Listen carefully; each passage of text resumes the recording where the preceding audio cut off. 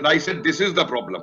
We want someone else to come and solve our issues. If you and your mother decide today in the house that you will not let your father bring bribe money in the house, no man will dare to go his home with corrupt money in the house. I'll give a brief introduction of Professor Kapil Kumar.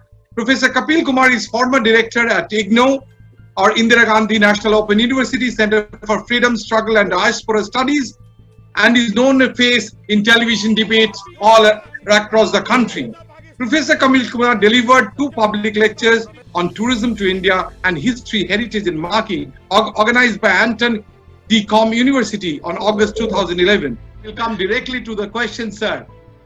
Sir, the first question and the debate for the nation debates now on youth in politics. So want your comments whether the youth should be or should not be in politics. What's your comment, sir? What's your address to the youth of the nation? You see, youth has to be in politics. But a politics which is democratic, which is healthy, which takes the nation forward, which shows concern about the nation, and which makes good citizens. Not the politics of the Tukde gang who shout Barbadi, Barbadi, who don't have trust in the constitution of the country, who are governed by foreign powers of jihadis and Chinese. That is not politics. That is anarchy. That is in fact a kind of academic terrorism which has been imposed on the youth in this country by brainwashing the youth in this country.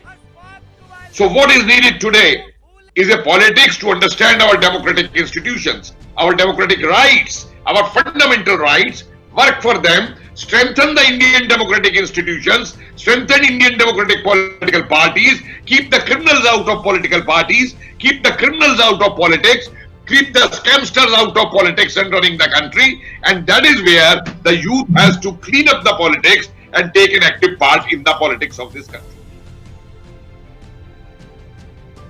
I have a major concern. You know that I serve as the director and CEO of Techno India University and Techno India Group, and we have more than 1 lakh students right at this point of time in our institutions across the country. I do believe the Voice of India also believe, which I represent right at this point of time, that the youths are energetic, they are enthusiastic, they are morally sound and diligent. But at the same time, I find that they have most of the youth. I speak with them, I mix with them, I talk with them. I find that they are not interested in politics. So my question, the Voice of India wants to know why Indian youths are not interested at all interested in politics at the right time.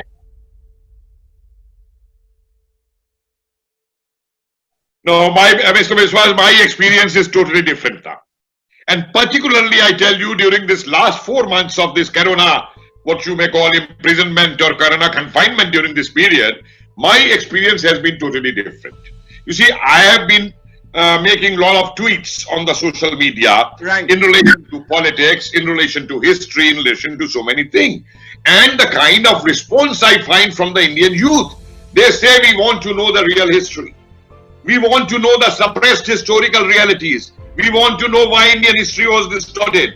We want to know why those who actually contributed for India's freedom struggle, their names were taken out from the books. And I find the youth actually on social media commenting on how every event related to Indian political scenario, whether it is in relation to Indo-American relations, Indian diaspora, or whether it is in relation to Indian Indo-China relations, or India-Pakistan, or jihadis, or what has happened in Bengaluru yesterday, or what happened in Delhi earlier, I find that the Indian youth has become now very, very aware. Now, this is a kind of impression which we have of earlier times, that when the system was oriented that you only think of your careers, you only think of your taking a job in multinational, you only go to a foreign university and to study over there and nothing else is necessary. But now, today, your youth has realized one thing.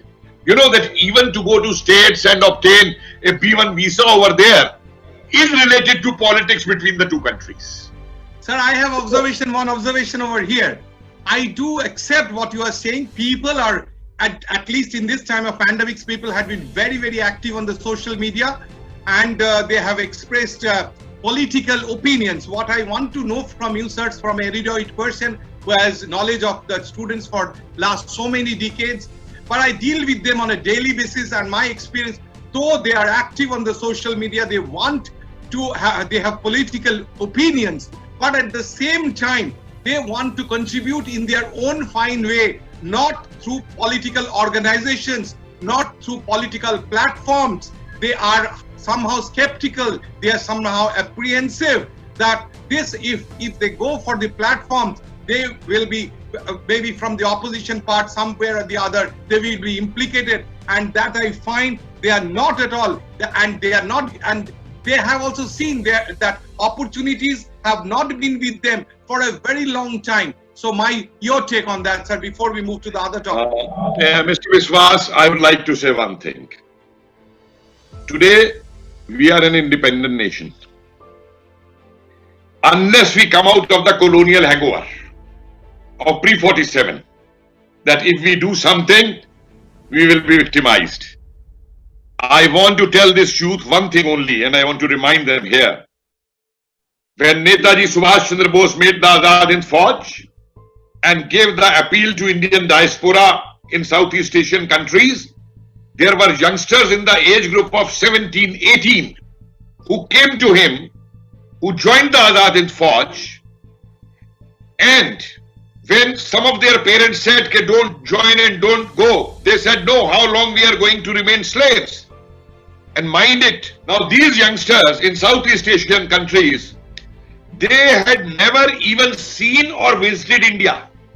They were the children of those coolies and indentured labor who had gone there in 17th and 18th, or in 18th and 19th centuries, who had never seen India, who had only heard stories of India, from India, about India, from their Aji and their Aja, and Netaji evoked nationalism in that, and they fought for it. They fought for it. So that feeling, unless you have it from your mind, and if you are only bothered that, you see, the biggest fault among India is, I want someone else to do the job for me. I'll give you another example for the youth. Many years back, I was lecturing to NCC girl cadets, and I spoke that day on nationalism, corruption, communalism, 3 issues. And one of the girl students got up after my lecture and said, "Sir, you delivered a very good lecture, but you haven't given us the solution." And I said, this is the problem. We want someone else to come and solve our issues. I said, you have the best solutions. She said, how come I have the solution? I am a weak young girl only. I said, one, never consider that you are a girl, that you are weak. And secondly, I tell you how you can do. If you and your mother decide today in the house that you will not let your father bring bribe money in the house, no man will dare to go his home with corrupt money in the house.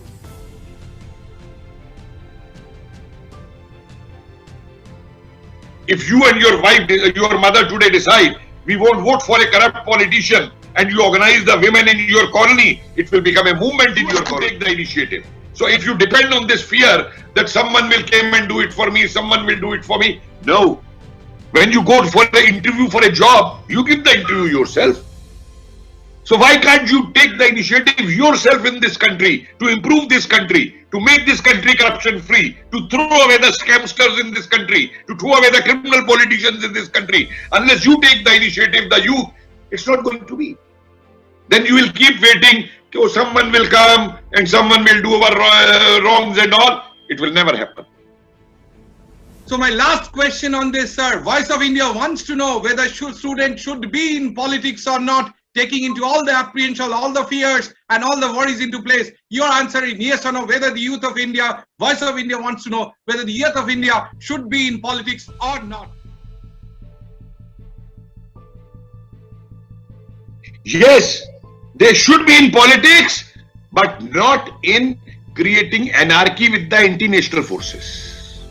So we have come to know from Professor Kapil Sharma that Indian Professor Kapil Kumar, that youth of India should be in politics, but they should not create the anarchy. Students have a huge power. Trust me, you people have a Let me give you one example. Let me give you one example here. It's a very crucial example.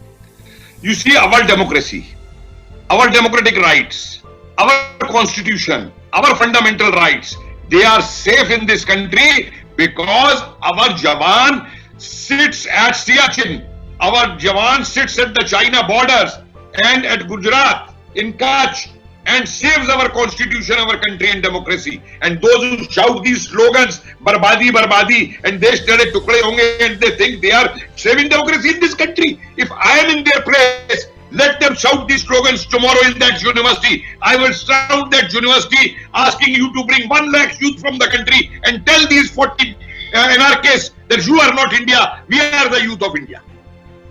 Thank you, sir, for your honest answer from the heart. We really appreciate, and I think people of India is hearing Voice of India, and it will go to all parts of the world, and all Indians will listen to that. My second topic of the debate today, India wants to know whether the ban on Chinese apps may turn out to be positive or negative.